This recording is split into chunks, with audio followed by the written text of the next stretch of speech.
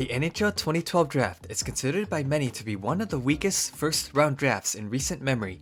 A lot of players picked early in the draft have not lived up to any expectation in the league. When it comes to rating first round picks in a recent decade, this draft class is usually ranked very low. To give you an example, did you know that the leading points producer in the 2012 class has less points than the top leading scorers from the 2016 draft class?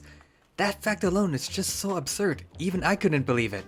It was already well known that that year's draft wasn't going to be filled with generational talents. How about let's take a look back at the 2012 first round and see how well these players performed. A quick disclaimer, I claim to be no expert when rating these NHL players. These are just my opinions on how I feel about these players' careers. It is still amazing that they can play an NHL game, but they still have expectations when they are drafted. If you like this kind of content and want to watch more, please consider liking and subscribing. I hope you enjoy. Nail Yakupov was the consensus first overall pick in the upcoming 2012 draft. There was no doubt he was going to be the number 1 pick. Unfortunately, he never lived up to the hype.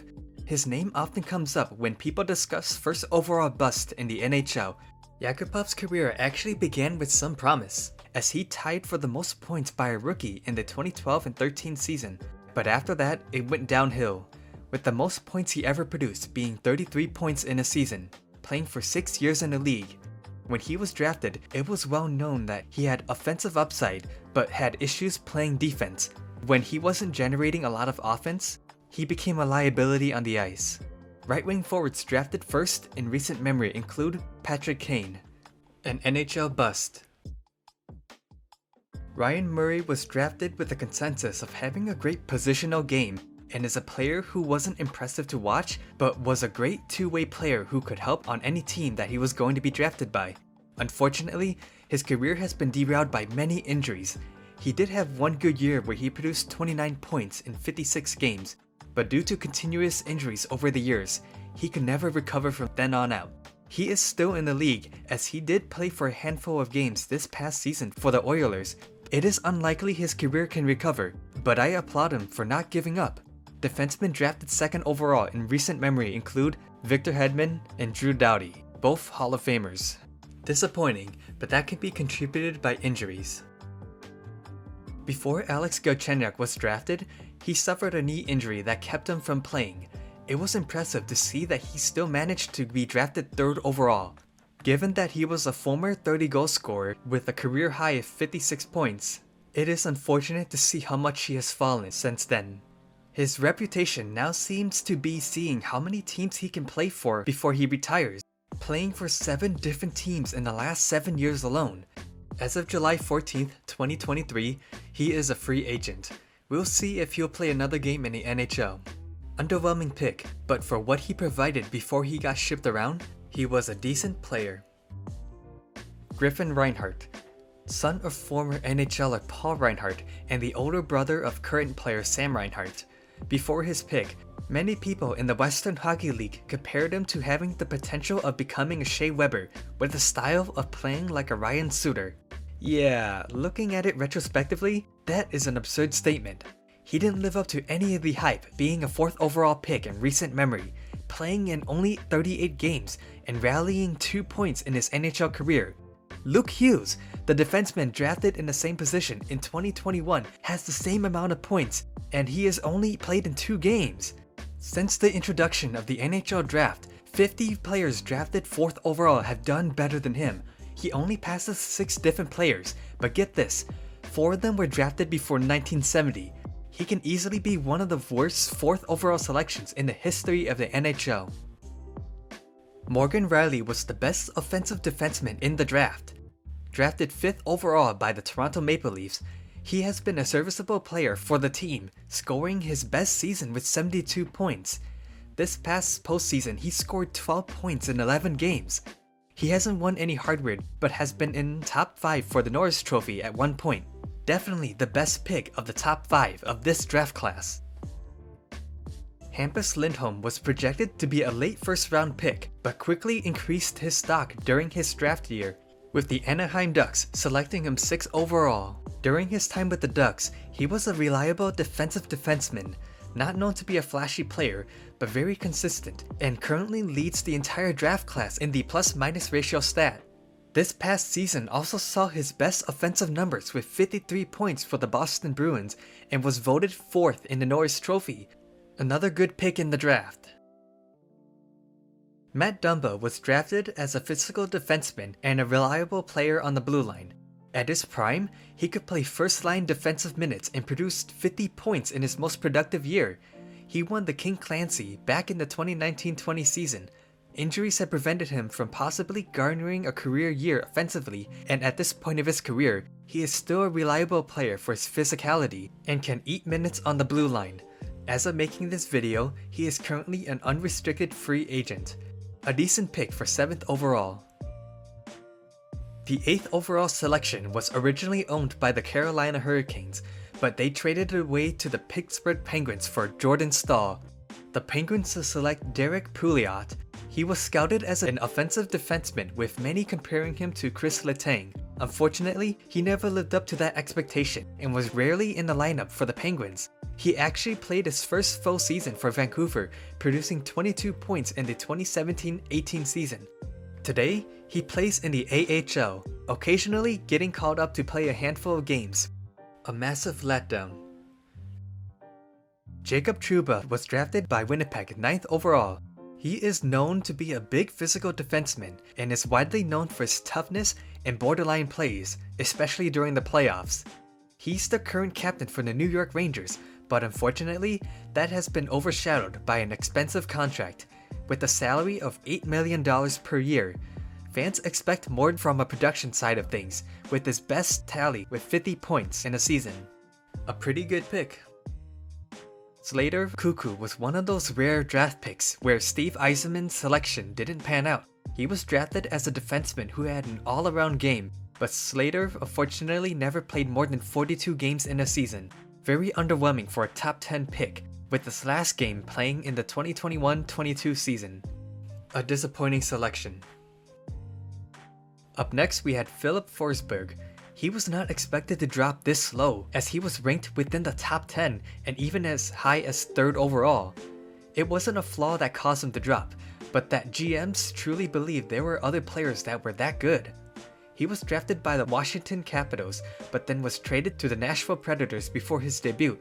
As of today, he is a top point producer for the Predators, with his best season scoring 42 goals and 84 points, and currently leads the draft class for most points. But what hurts his ranking is that he is often injured, having only played in about 71% of all NHL games in the past 6 years. An absolute steal at 11th overall. Milkhail Grigorenko was a player who had size, skill, and speed. He was the 2nd highest point producer, only behind Nail Yakupov. But what hurt his ranking coming into the draft were injuries and having a weak playoff performance. There were doubts from watching him play. Scouts said that he was a player who sometimes would show up and other nights he would ride like a passenger. From his overall performance since joining the NHL, he played a role as a depth forward for 6 years in the league, never recording more than 27 points in a season. A disappointing pick to say the least. When Radek Faksa was drafted, his offensive upside was seen not to be high by scouts, projecting him to be a 3rd liner in the NHL. His role for the team has been a reliable shutdown defensive forward who can win faceoffs and is a reliable player who contributes to blocks and hits, scoring 33 points with his highest offensive year. He has also gotten several Selke votes during his career and is an average 2nd and 3rd line player as predicted. A decent pick for the Dallas Stars.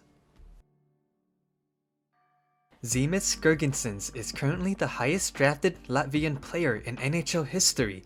His upside coming in the draft was a player who could control the tempo of the game. His numbers overall have been underwhelming, however, with his highest point totals being 30 points.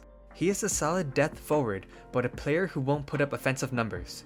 A meh kind of pick. Cody Ceci led the CHL draft scorers with the most points by a defenseman with 60 points. He was drafted by the Senators and played mostly as a 2nd pairing defenseman for most of his career, with his highest tally of 28 points. He didn't live up to his offensive scoring abilities like he did in the minor leagues, but he is still an average pairing defenseman in the league. An okay pick for his role.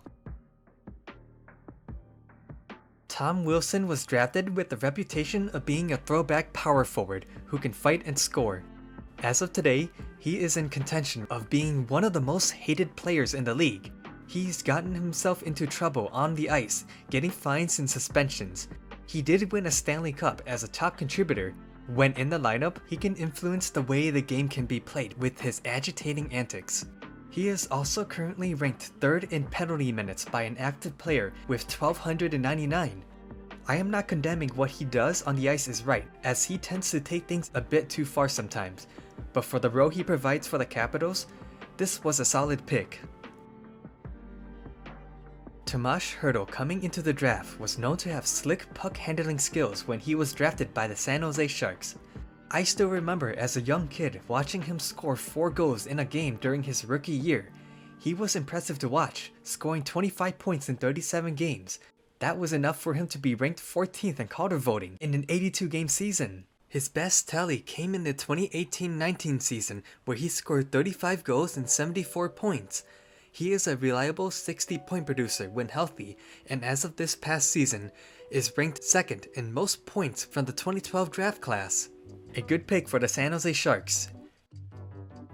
Teuvo Teravainen was a massive steal for the Blackhawks and was one of the reasons how they won the 2015 Stanley Cup. He was projected by some scouts to be in the top 10, but surprisingly fell down to 18. He won a Stanley Cup for the Blackhawks as a rookie, in which he led the team in points in the Stanley Cup Finals series against the Boston Bruins.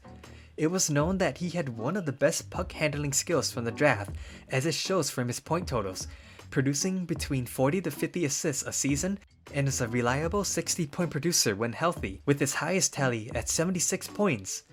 His career has seen regression due to an injury, but he is still young enough where he can still bounce back. A pretty good pick. Andrei Vasilevsky. With one flop in the first round, the Lightning struck gold with this pick. 2-time Stanley Cup champ, 4 finals appearances, 1 Vezina trophy as the best goalie, clutch in Game 7s, and even won Conn Smythe as playoff MVP. What more do I have to say? Easy selection to be in the future Hall of Fame.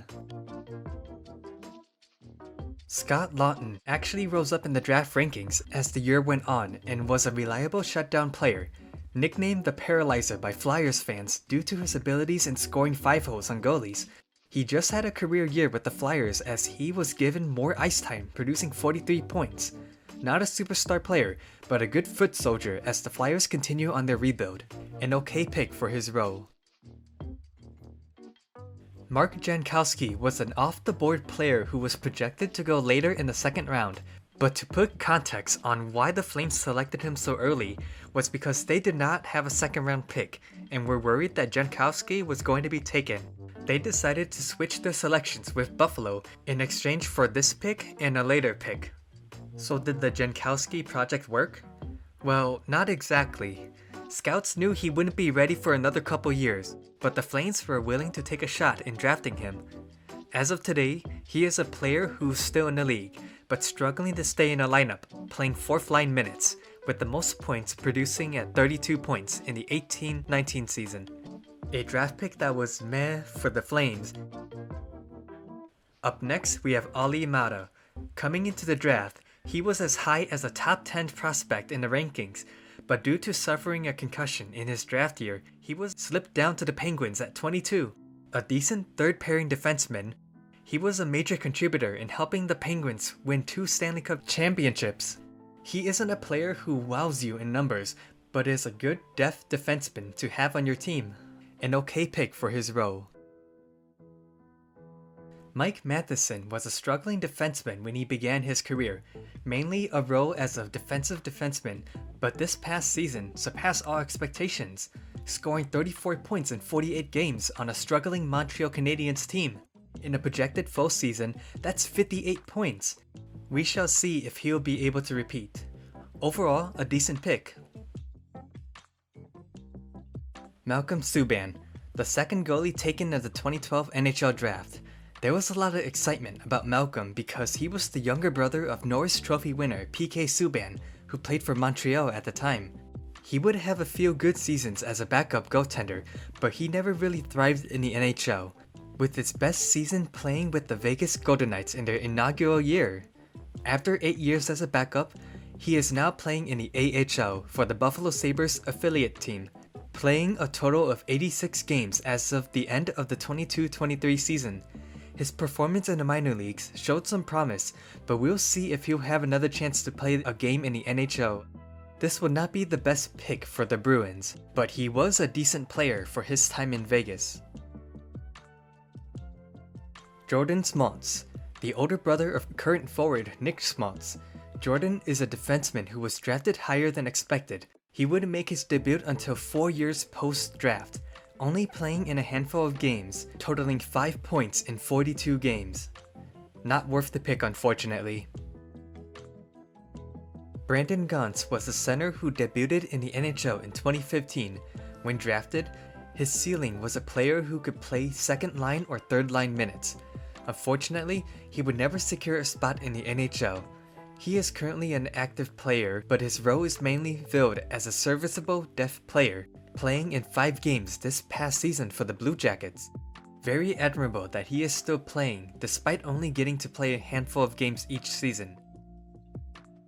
Henrik Samuelsson was drafted by the Phoenix Coyotes, the son of former NHLer Ulf Samuelsson, having a similar reputation as his father. Unfortunately, he will only play in 3 NHL games, spending most of his time in the AHL and the ECHL. Not worth the pick. Up next is Brady Skjei, famous for having his name on an SNL skit.